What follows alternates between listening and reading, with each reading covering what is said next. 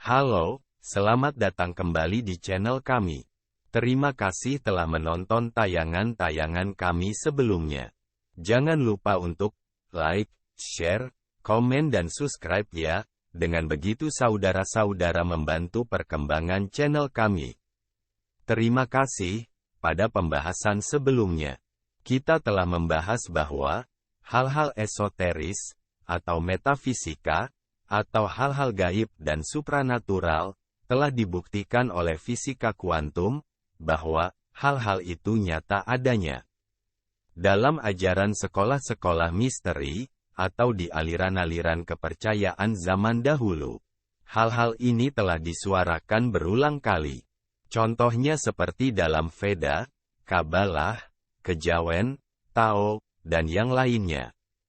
Telah menjelaskan, adanya dimensi-dimensi lain di luar dimensi keberadaan kita saat ini, lalu mengenai dunia ini ilusi, mengenai keterhubungan semua ciptaan, mengenai roh, mengenai makhluk lain, mengenai keadaan superposisi, bahkan Big Bang dan Black Hole, dan masih banyak lagi.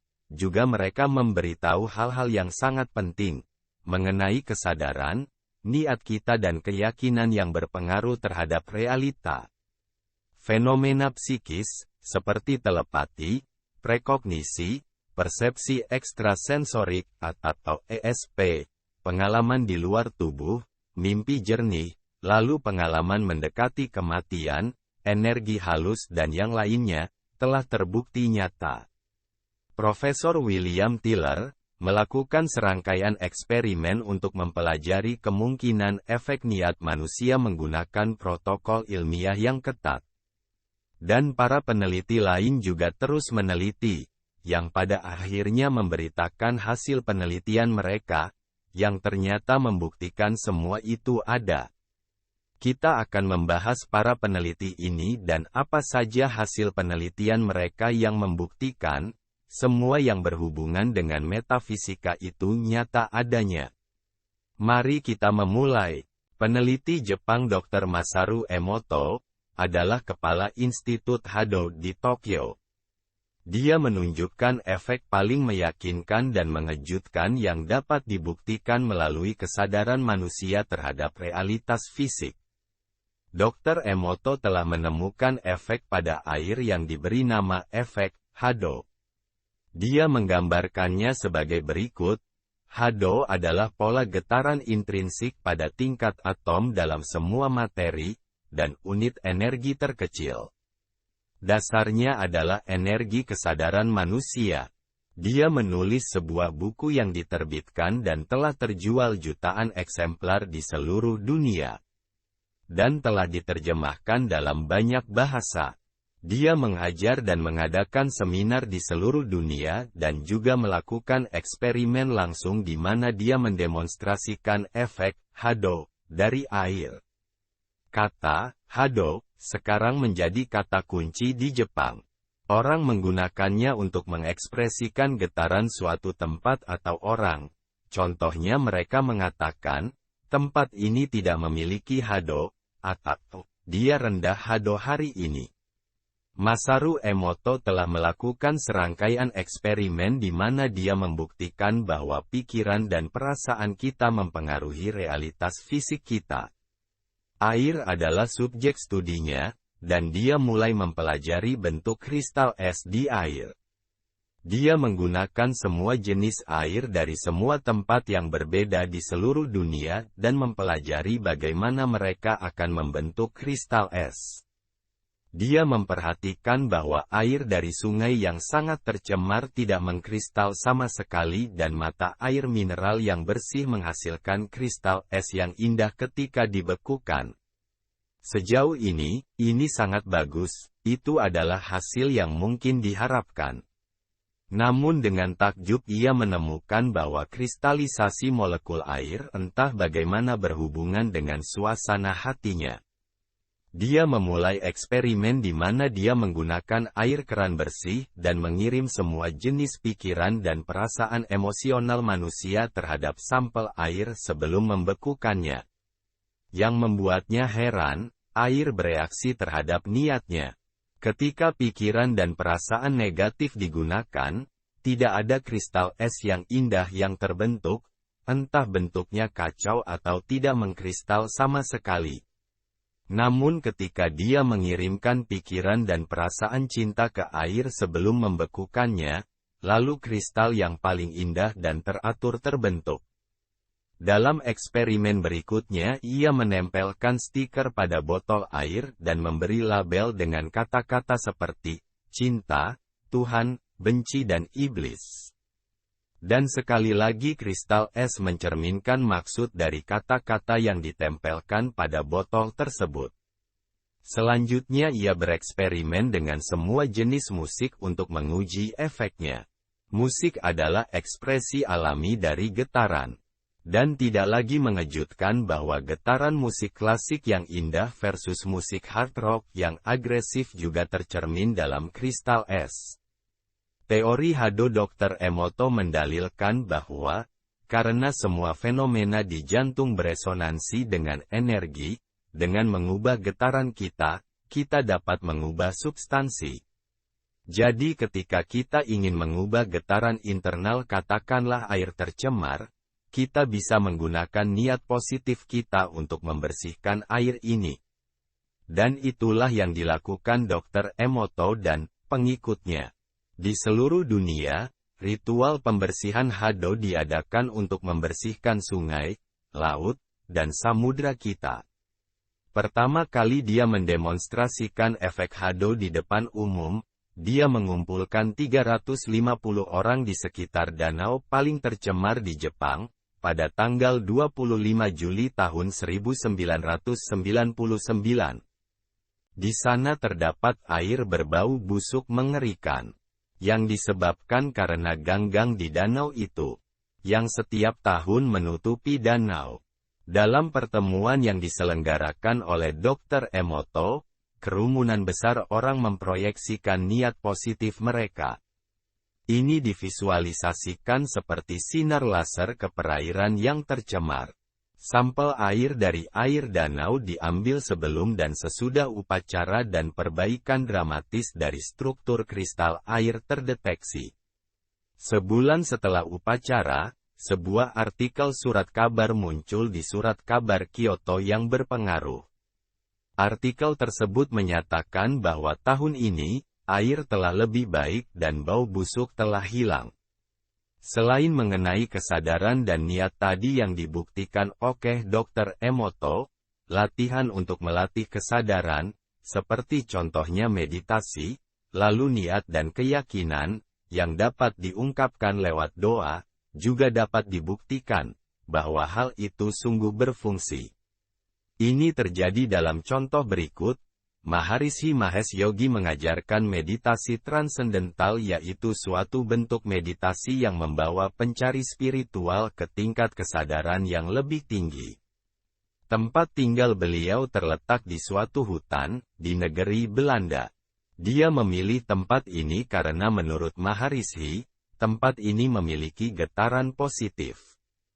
Para pengikut Maharishi juga menghitung semakin banyak orang yang berpendidikan ilmiah telah menyadari bahwa meditasi dari Maharishi memiliki efek positif pada perdamaian dunia. Ilmu pengetahuan telah mendorong mereka untuk mempelajari catatan ajaran spiritual Timur dan memberi mereka keyakinan baru. Meditasi ini telah menjadi sangat populer di seluruh dunia terutama sejak The Beatles mengunjungi Maharishi pada tahun 60-an. Sejumlah manajer bisnis menggunakan meditasi ini sebagai terapi penghilang stres. Penelitian ekstensif yang dilakukan pada efek meditasi ini menunjukkan bahwa, ketika dipraktikkan oleh sekelompok besar orang, mereka dapat secara substansial menurunkan tingkat kejahatan di kota mereka dalam jumlah besar. Ketika kelompok itu menghentikan meditasi mereka, tingkat kejahatan naik lagi ke tingkat rata-rata. Efek ini telah dikenal sebagai efek Maharishi dan beberapa penelitian telah membuktikan bahwa efek ini nyata adanya. Banyak orang berdoa untuk orang yang mereka cintai ketika mereka sakit parah. Mereka berharap bahwa kekuatan ilahi akan mendengar dan membantu permintaan doa mereka dan menyembuhkan orang yang didoakan. Yang lain berdoa dengan menggunakan kekuatan batin mereka dan percaya bahwa mereka dapat menyembuhkan dari jarak jauh menggunakan niat murni mereka untuk membantu orang yang sakit. 3 penelitian medis di Pusat Ilmu Kesehatan Universitas Texas di San Antonio menerbitkan hasil penyelidikan ilmiah mereka tentang peran kepercayaan dalam doa pada musim panas 2004. Sekelompok orang, tanpa pengetahuan sebelumnya tentang eksperimen ini, ditugaskan untuk berdoa. Ada 2 kelompok, di mana kelompok 1 akan didoakan, sedang kelompok kedua tidak didoakan. Para relawan yang berdoa hanya mengetahui nama dan masalah kesehatan orang-orang yang ditugaskan untuk didoakan oleh mereka. 8 sukarelawan dari kelompok itu, berdoa 2 kali sehari selama minimal 3 menit. Setelah sebulan, hasilnya dikompilasi untuk dipublikasikan. Berikut ini ringkasannya. Rasa nyeri di sakit seseorang secara signifikan lebih rendah pada kelompok yang didoakan dibandingkan kelompok yang tidak. Pasien dengan keyakinan yang paling kuat dalam doa atau didoakan memiliki perbaikan fisik terbaik dibandingkan dengan kelompok yang tidak didoakan. Pasien dengan kepercayaan yang lebih rendah pada kekuatan doa memiliki peningkatan fisik yang jauh lebih buruk. Sekarang dapat kita lihat, penelitian mereka ini menunjukkan 2 hal, yaitu, doa memiliki efek terukur yang nyata pada pasien yang didoakan. Lalu keyakinan pasien bahwa pengobatan dengan doa memiliki efek yang terukur pada efek doa itu sendiri. Ini adalah kekuatan pikiran, yang dapat menyembuhkan suatu penyakit. Kekuatan itu dapat kita lihat dalam pembahasan pengobatan holistik. Jika seseorang dalam beberapa dekade terakhir memiliki dampak besar dalam pengobatan holistik, itu banyak dipelopori oleh Dr. Deepak Chopra. Lahir dan besar di India, ia mengenyam pendidikan kedokteran di Amerika Serikat. Setelah pertemuan pribadi dengan Maharishi Mahesh Yogi, dia diberitahu untuk mempelajari Ayurveda tradisional India yang berusia 4.000 tahun. Ayurveda adalah bahasa Sanskerta adalah ilmu kehidupan. Setelah pertemuannya dengan Maharishi, dia pergi naik kereta di mana dia bertemu dengan seorang teman yang memberinya sebuah buku tentang Ayurveda. Ada 2 orang yang memberitahu dia mengenai Ayurveda ini. Lalu Deepak Chopra tahu, bahwa, ada suatu pesan atau hikmah tersembunyi untuk dirinya mengenai Ayurveda ini. Setelah membaca buku itu, ia menjadi yakin bahwa ada lebih banyak Ayurveda daripada yang diyakini secara umum di Barat. Dr. Chopra menjadi frustrasi dalam karir medisnya karena dia tidak bisa berbuat banyak untuk pasien kankernya. Dalam sebuah bukunya, Dr. Chopra menjelaskan hubungan antara fisika kuantum dan Ayurveda. Ayurveda mengajarkan bahwa semua adalah roh dan tubuh juga diciptakan oleh pikiran. Dalam hal ini pikiran haruslah memiliki semua kekuatan untuk menyembuhkan tubuh. Karena tidak ada masalah sulit yang harus diselesaikan dalam Ayurveda. Sebab tidak ada jembatan untuk persilangan antara dunia imaterial dan dunia material.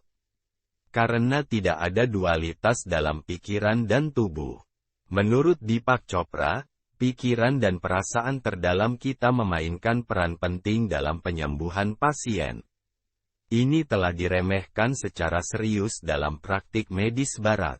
Tubuh terus-menerus mendaur ulang setiap atom di setiap sel. Dalam waktu 1 tahun tubuh sepenuhnya diperbarui dan setiap atom di setiap sel telah diganti. Lalu apa sebenarnya yang membuat tumor itu tetap di tempatnya jika seluruh tubuh dibangun kembali setiap tahun? Deepak menjelaskan bahwa cetak biru untuk tubuh fisik adalah tubuh dalam tingkatan kuantum yang lebih halus. Penyakit awalnya muncul dalam tubuh kuantum ini, sebelum bermanifestasi dalam tubuh fisik.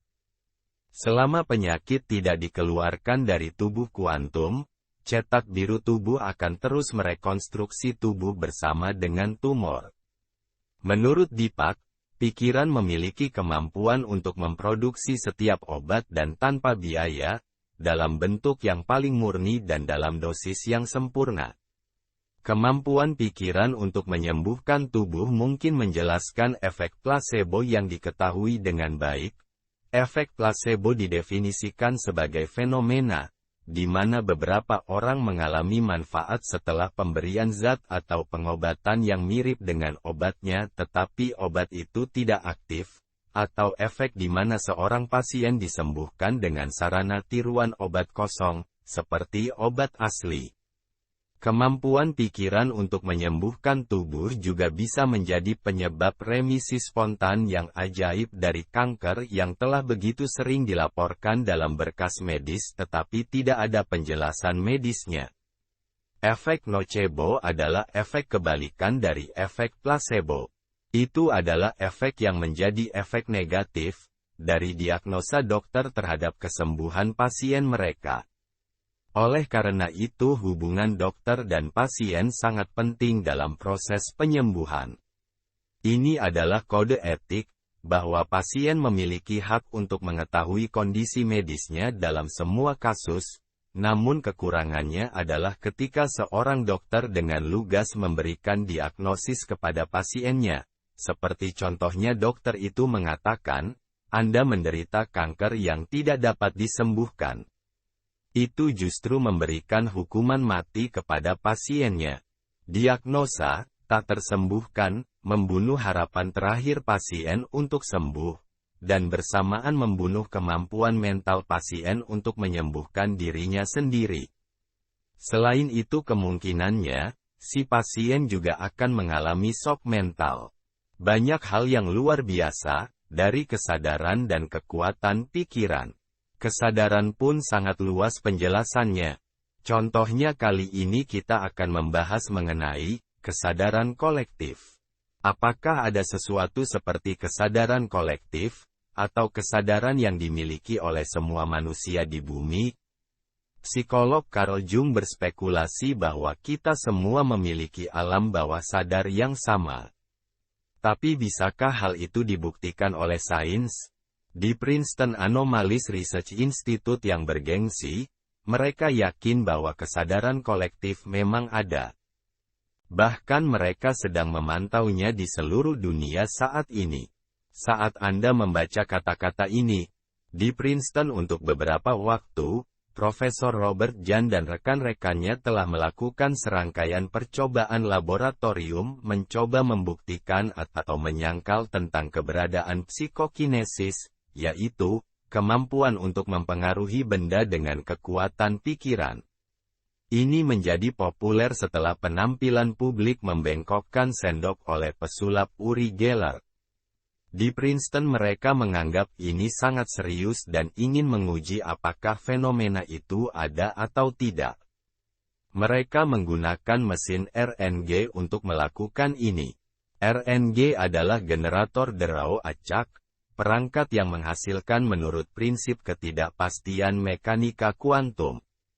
Derau yang benar-benar acak.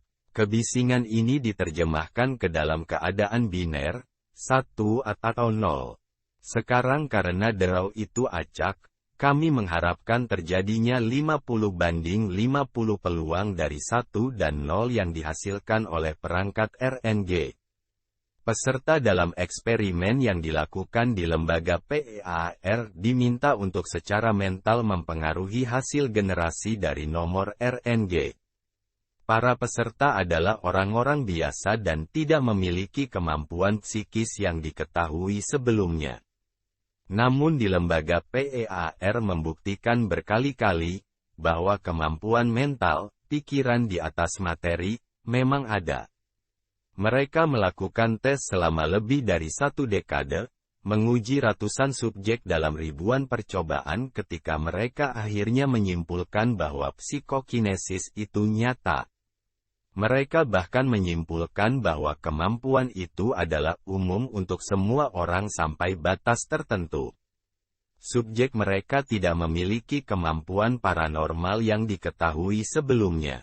Di Princeton mereka menjadi begitu yakin bahwa psikokinesis itu nyata sehingga mereka sekarang mencari penjelasan teoritis. Kutipan dari Dr. Jan tanggal 16 November tahun 1997 menyatakan, "Kami tidak melihat banyak gunanya melanjutkan pengumpulan data lagi," katanya. "Kami sedang menyiapkan eksperimen untuk mendapatkan pemahaman yang lebih baik tentang fenomena ini." Di sekitar 30 universitas aneh di seluruh dunia, perangkat RNG telah dipasang dan terhubung melalui internet.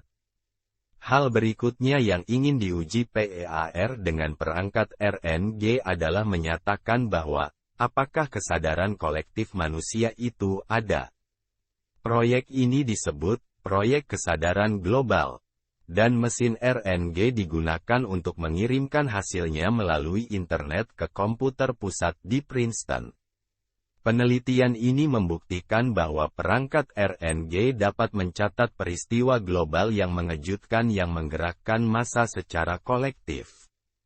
Beberapa di antaranya adalah pemakaman Putri Diana, vonis dalam kasus O.J. Simpson dan serangan 9/11 di New York yang menjadi tragedi bagi dunia. Semua peristiwa ini menunjukkan penyimpangan yang terukur dan signifikan dari distribusi peluang 50/50 yang diharapkan.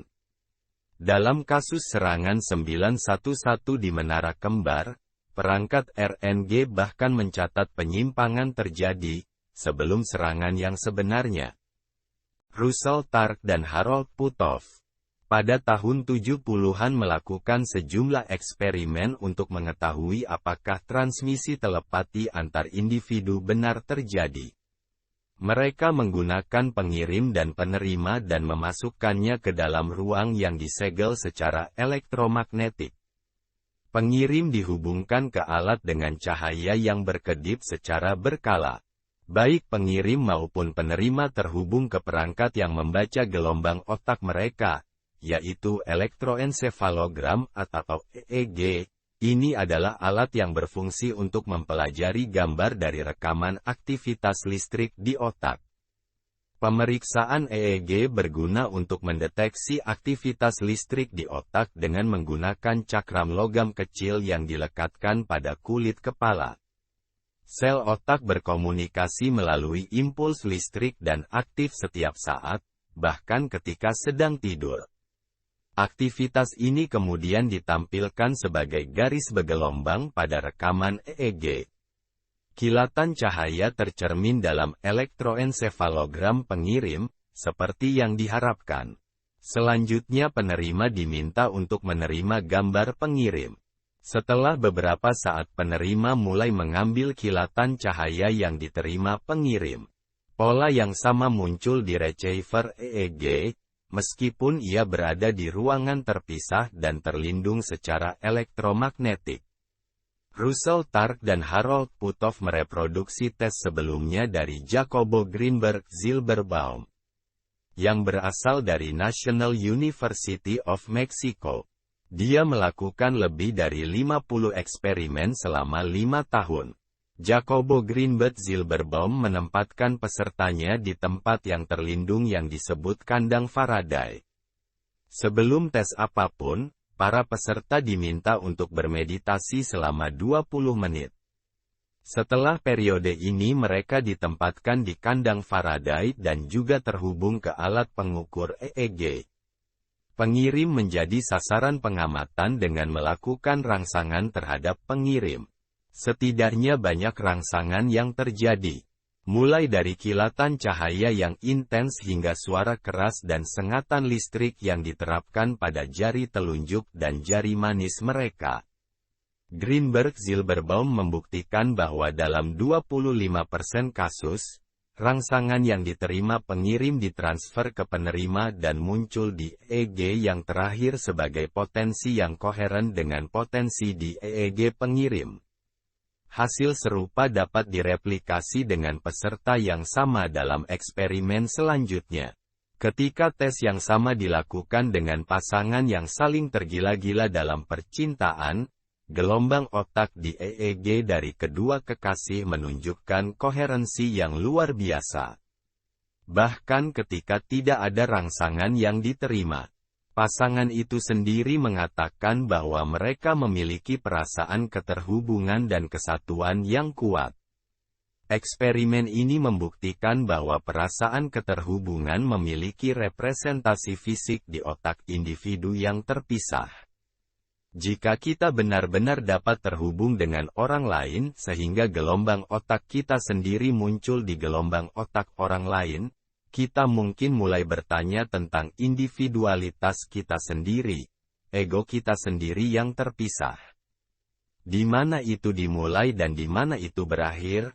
Eksperimen ini tampaknya mendukung teori otak kuantum Hameroff tentang kesadaran proto yang diterima dan juga diproduksi oleh otak. Pertanyaannya kemudian adalah, apakah kita memiliki ego yang terpisah atau itu adalah semacam ilusi? Bekerja untuk Defense Intelligence Agency atau DIA Amerika Serikat, Russell Targ dan Harold Puthoff kemudian melakukan sejumlah besar eksperimen di bidang intelijen yang disebut remote viewing. Tujuan dari remote viewing adalah untuk memata-matai musuh. Targ dan Puthoff membuat DIA terkesan dengan hasil yang mereka peroleh dengan paranormal terkenal Ingo Swann. Sudah menjadi rahasia umum bahwa Departemen Intelijen Amerika Serikat dan Rusia telah menggunakan teknik penglihatan jarak jauh selama beberapa dekade. Namun baru-baru ini 73.000 halaman dokumen rahasia tentang mata-mata ekstrasensor telah dideklasifikasi oleh Amerika Serikat. CIA sekarang menyatakan secara terbuka bahwa mereka telah menggunakan penglihatan jarak jauh sebagai sarana spionase. Monyet Jepang Macaca fuscata, yang hidup di Pulau Koshima di lepas pantai Jepang telah menjadi subjek penelitian setidaknya selama 30 tahun. Pada tahun 1952 peneliti memberi makan monyet, yang makanan ini mereka jatuhkan di pasir.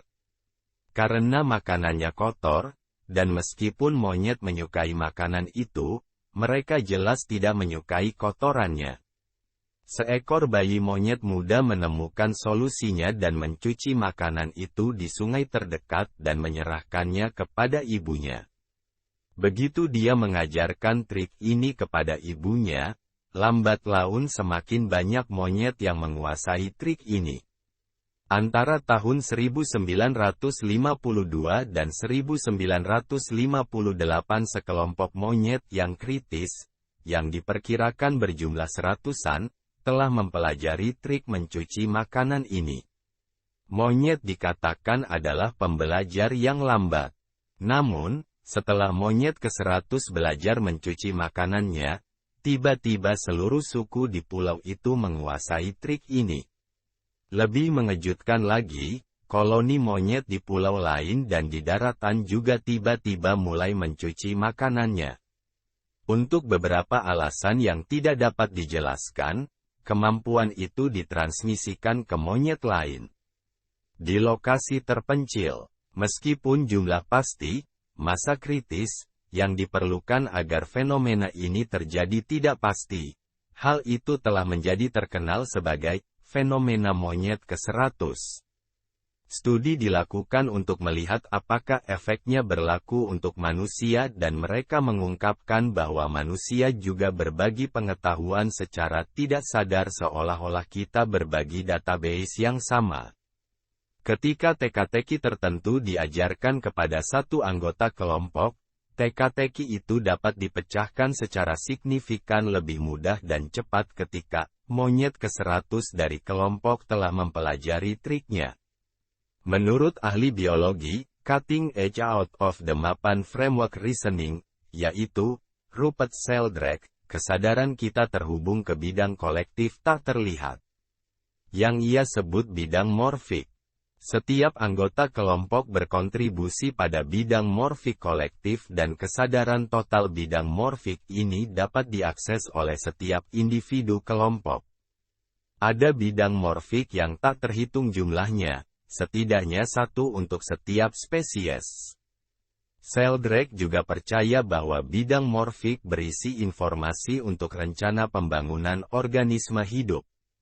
Meskipun umumnya diyakini bahwa DNA berisi semua informasi yang diperlukan untuk membangun suatu organisme, ini tentu saja tidak benar. DNA hanya berisi informasi untuk konstruksi bahan yang diperlukan untuk membangun organisme. Itu tidak berisi rencana perakitan itu sendiri.